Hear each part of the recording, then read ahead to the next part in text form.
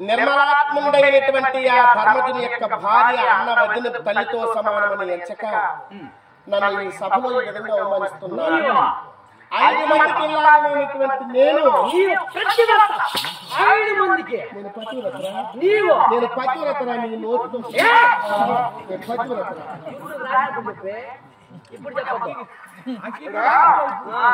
ఇంతవరకు ధర్మమో అధర్మమని చెప్తున్నావే.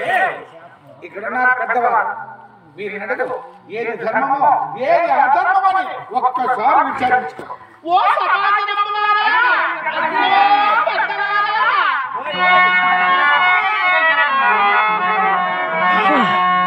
ఓ సభాసదులారా,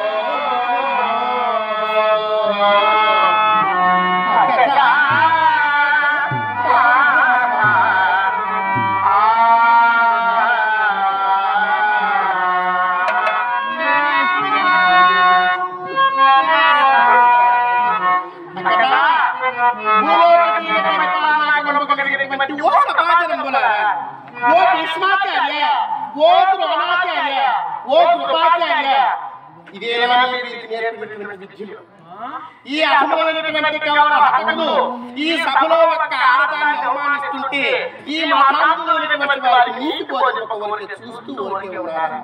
అక్కడ నేటికి ఈ భర్త ధర్మదేవత నశించి అధర్మదేవత ఇనుపగజ్జల పదమును కట్టుకుని కాంతి వేస్తున్నదాయి. లేక ఈ కురుమహాసభలో అధర్మదేవత యొక్క ప్రళయ ఘోష, ధర్మదేవత యొక్క ప్రళయ ఘోష వినవస్తూ ఉన్నది. కాకుండా ఈ అధములు చేస్తున్నటువంటి కార్యక్రమం నివారించినటువంటి వారు ఒక్కరైనా లేకపోలేదు. మాట్లాడారా?